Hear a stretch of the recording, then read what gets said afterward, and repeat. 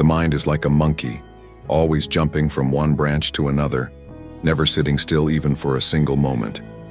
It is full of noise, constantly chasing thousands of things at the same time: money, success, relationships, approval, pleasure, excitement, escape, entertainment, and the idea of becoming someone or something. It never rests because it does not know how to rest. The mind is filled with thoughts, one over the other, like waves in the ocean, rising, falling, crashing into each other without peace. This restlessness is not by accident. It is because deep inside, the mind feels something is missing.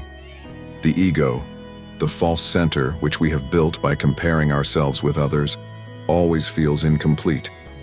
It wants to be special, recognized, appreciated, and powerful, and it believes that by chasing all these external things, it will finally become complete.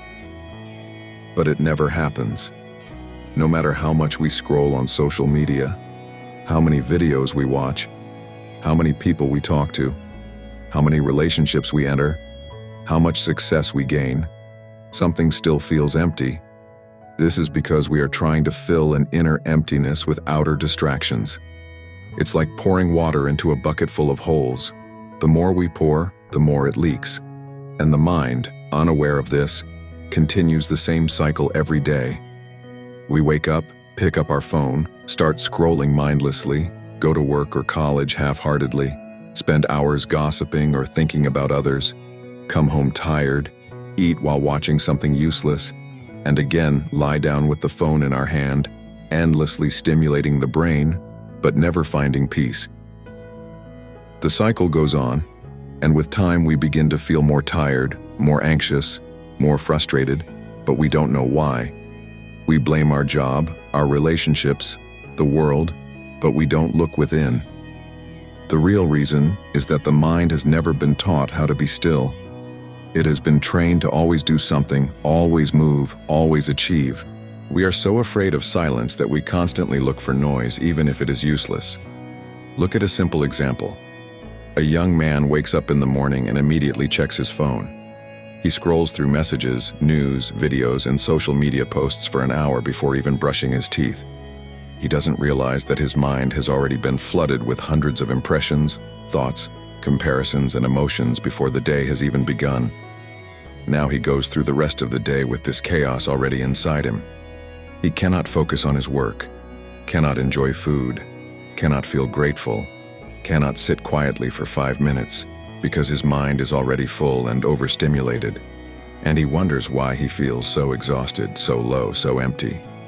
Another person, a woman who is successful in her career, spends her entire day attending meetings, replying to emails, planning things, multitasking, and appearing busy. But as soon as she is alone, she feels a deep loneliness and boredom.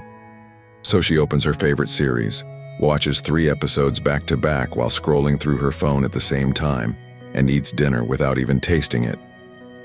She is not watching the show because she enjoys it deeply. She is watching because silence makes her uncomfortable. She is not hungry for food.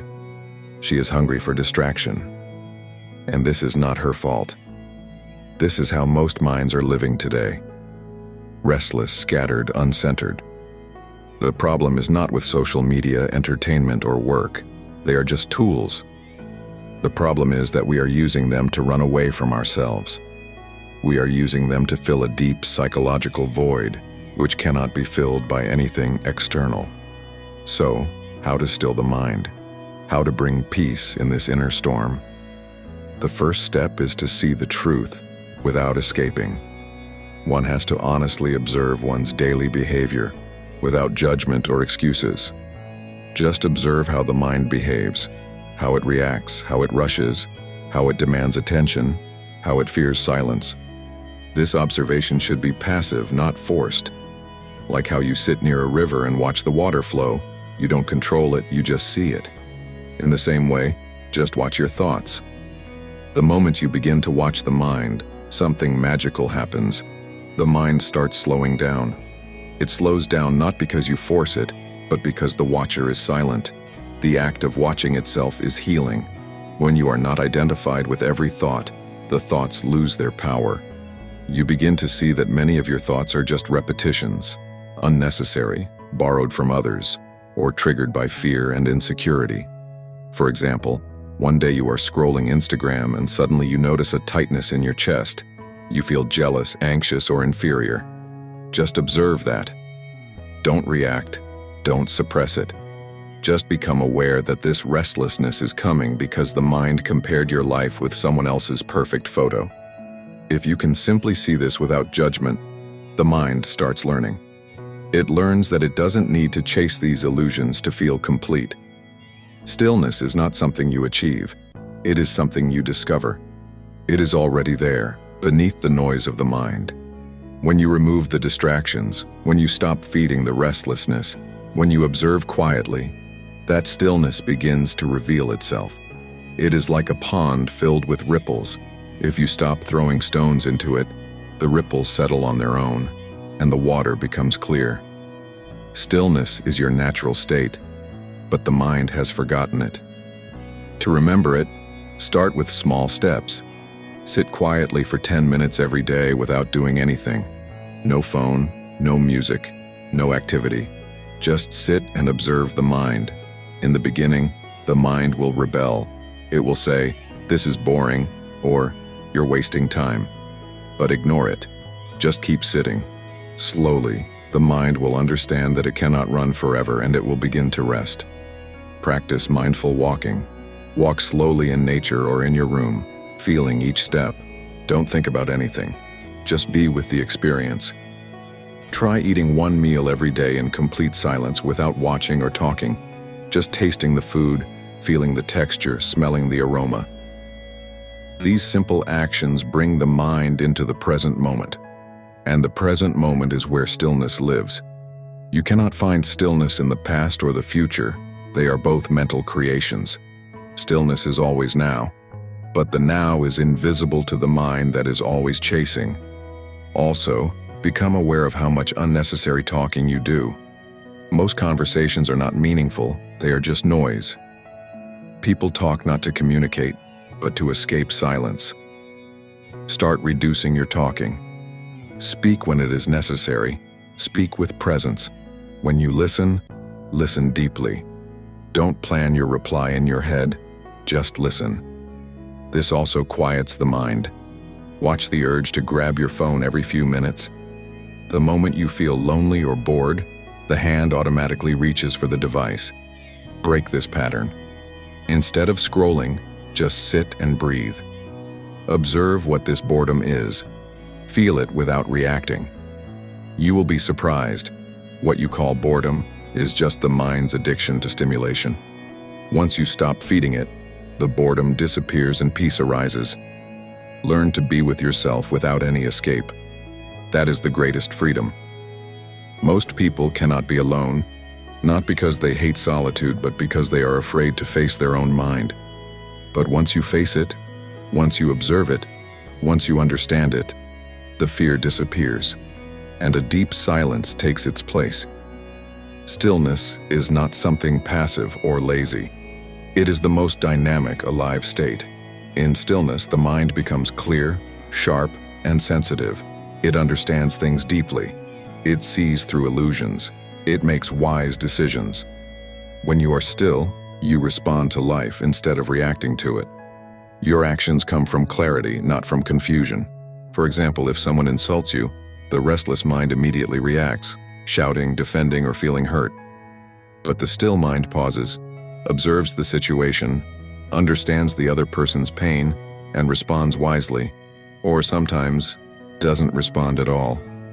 This power to choose your response comes only from stillness.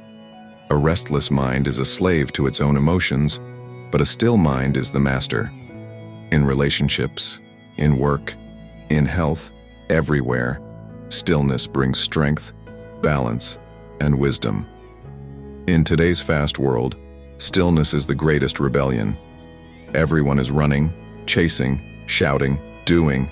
Very few are being. Learn to be. Not as a technique, not as a goal, but as a natural state. Drop the pressure to always be productive. Productivity without peace is poison. Success without stillness is suffering. Learn to enjoy simple things, watching the sky, listening to the rain, feeling the wind, observing your breath. These are not small things.